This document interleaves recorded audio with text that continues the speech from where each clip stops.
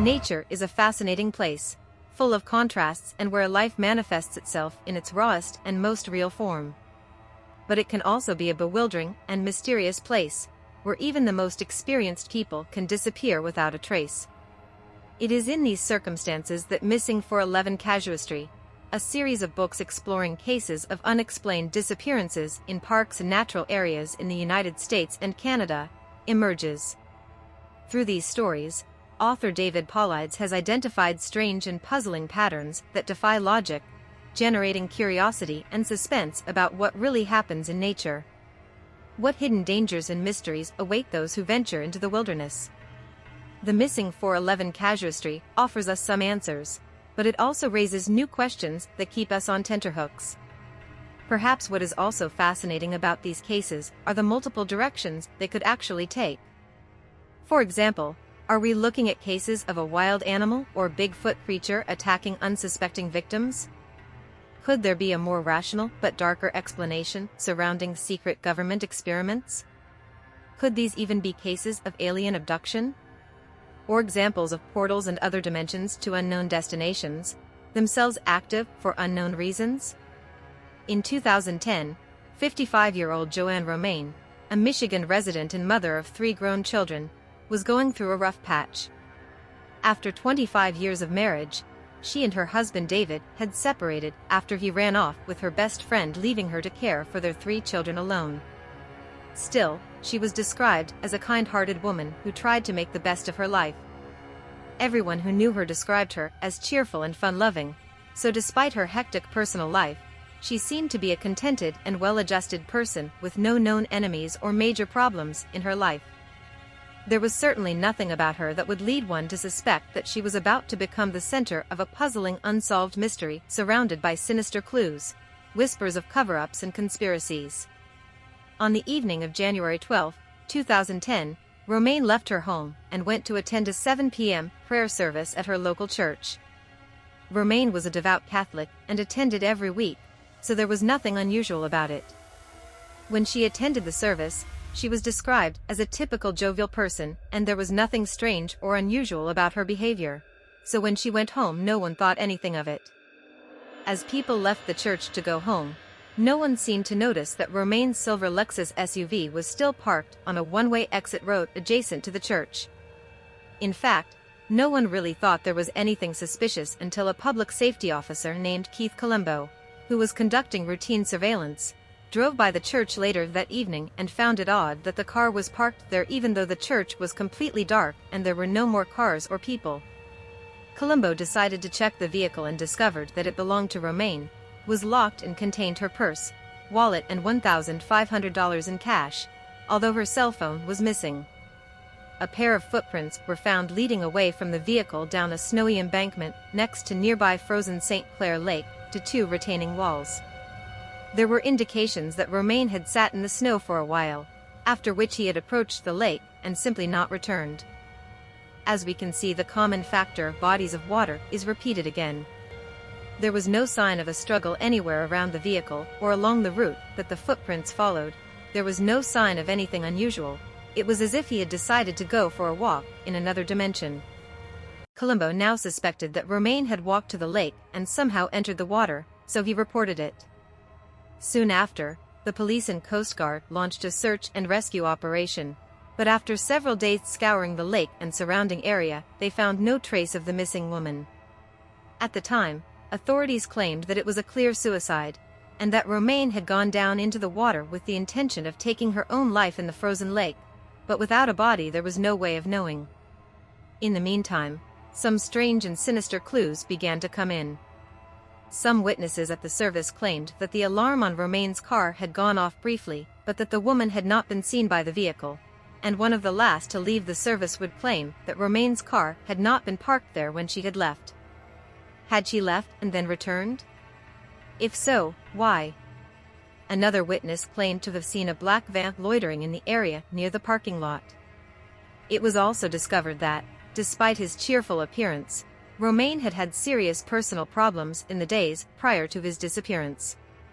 According to Joanne's daughter Michelle, her mother had been acting rather strangely lately, claiming that she was being followed and that the phone was tapped, although she never explained who she thought was following her. Romaine had also claimed that her mail was being searched and that her house was being broken into at night, and she had become so paranoid that she had changed all the locks on the doors. It is not known what this all had to do with the disappearance, but it is certain that all was not as clear as it seemed at first.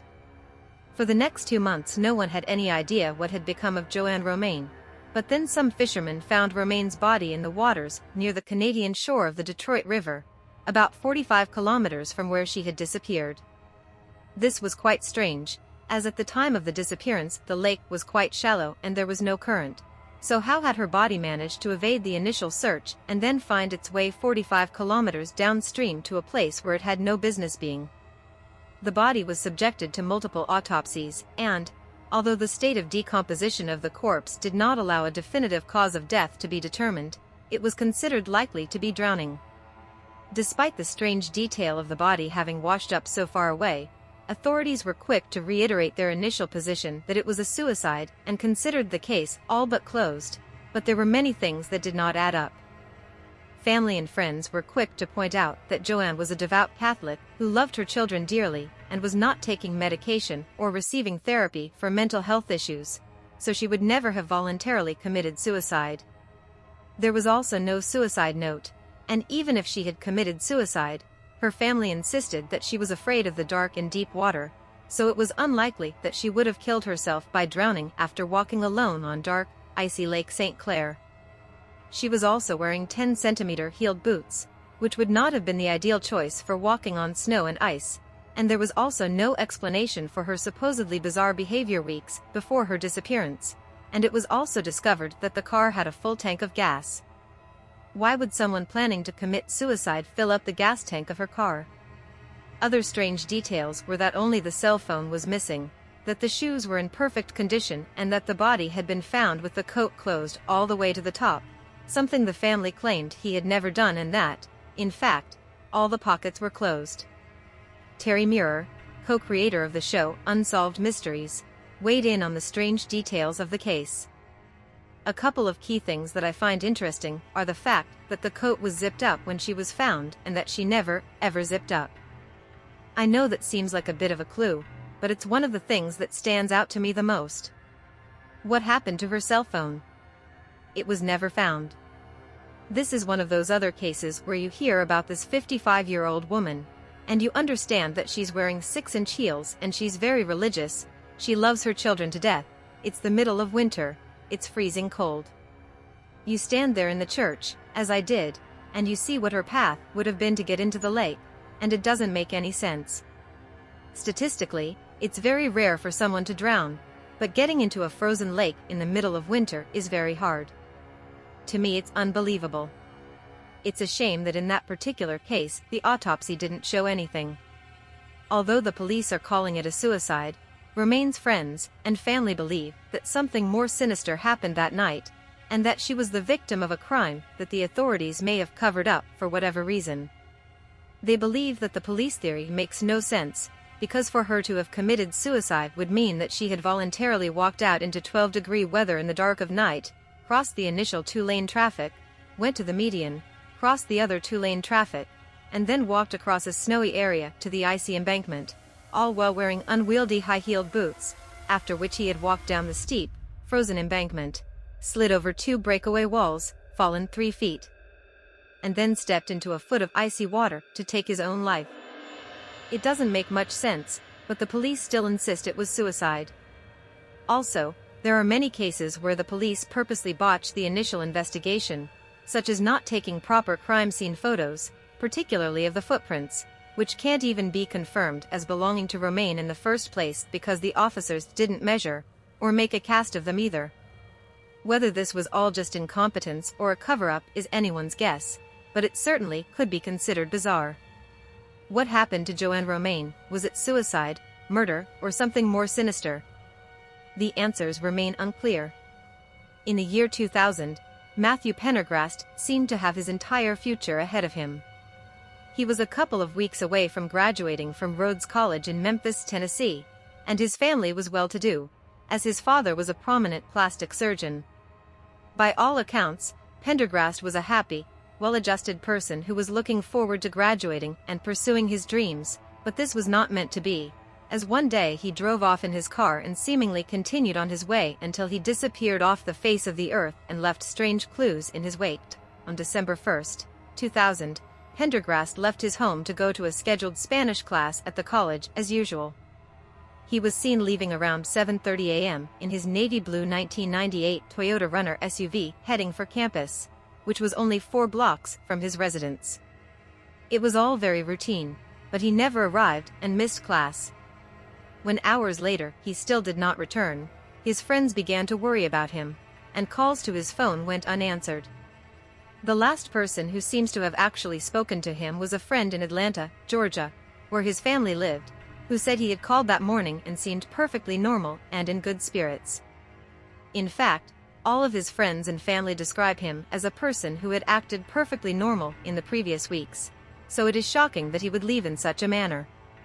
It didn't take long to locate his vehicle, but instead of answering all the questions, it only succeeded in creating more mysteries. For starters, the car was found in another state, stumbled upon by hunters in a remote swamp on a private dirt road in Lonoke County, Arkansas. This was already strange, because there didn't seem to be any reason why he would have wanted to leave town and drive to another state, especially since he had never been to Arkansas and didn't know anyone there, as far as anyone knew, but it would all get even stranger. The car was abandoned, and it was unlocked, with the keys in it. Because of this, it looked as if the young man had gotten out of the car and planned to return right away, so a search was organized to comb the surrounding wilderness, and this is where things would get even murkier. The wet swamplands made the search slow going, but on the second day they made a curious discovery just 100 yards from the abandoned vehicle.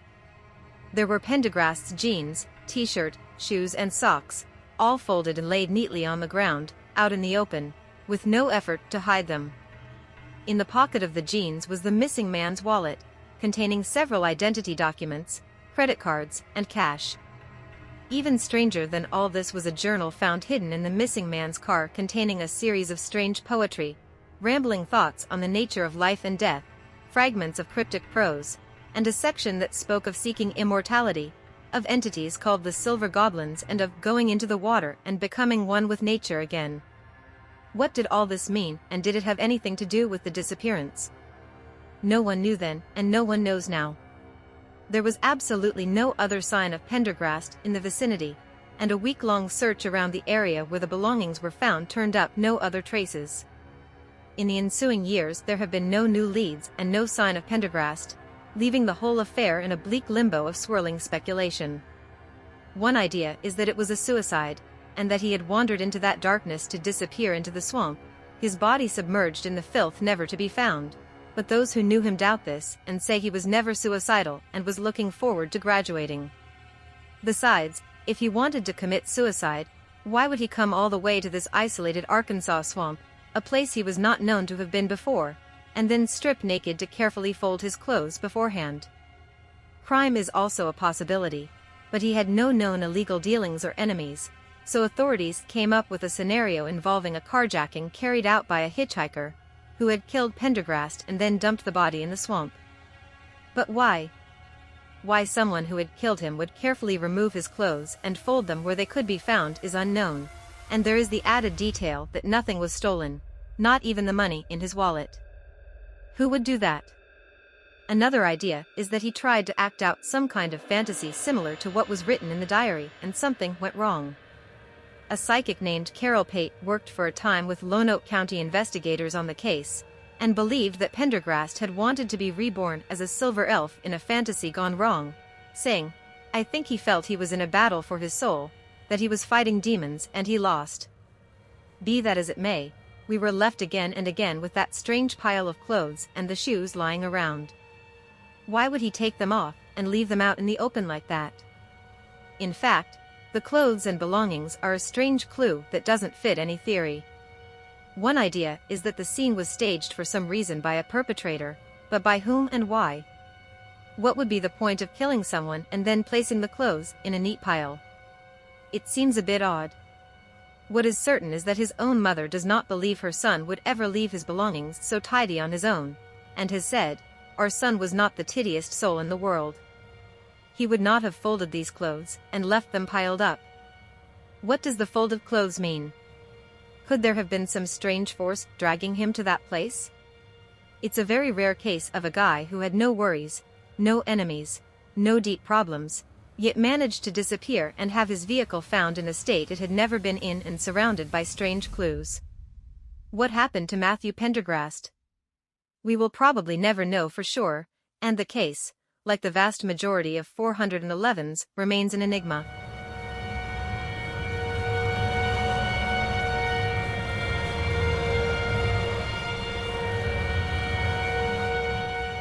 I hope you enjoyed this video. Please like and subscribe to support this kind of content. See you on the next travel.